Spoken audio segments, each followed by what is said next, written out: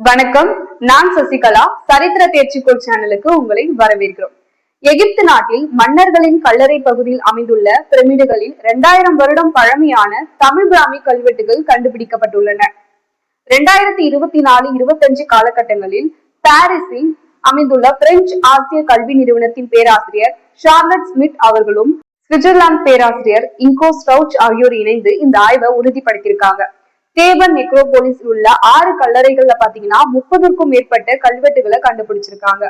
இந்த கல்வெட்டுகள்ல பாத்தீங்கன்னா தமிழ், பிராமி, சமஸ்கிருதம், பிராகிருதம் ஆகிய மொழிகள் இடம்பெற்றிருக்கு. இந்த கல்வெட்டுகள் கிமு 1ஆம் நூற்றாண்டுல இருந்து கிமு 3ஆம் நூற்றாண்டு காலத்தை சேர்ந்தது என ஆய்வாளர்கள் கணிச்சிருக்காங்க. இந்த கல்வெட்டு ஆய்வுல மிக முக்கிய கவனத்தை ஈர்த்த பேருன்னு பாத்தீங்கன்னா சிகை கொற்றன் அப்படின்ற பேர் தான்.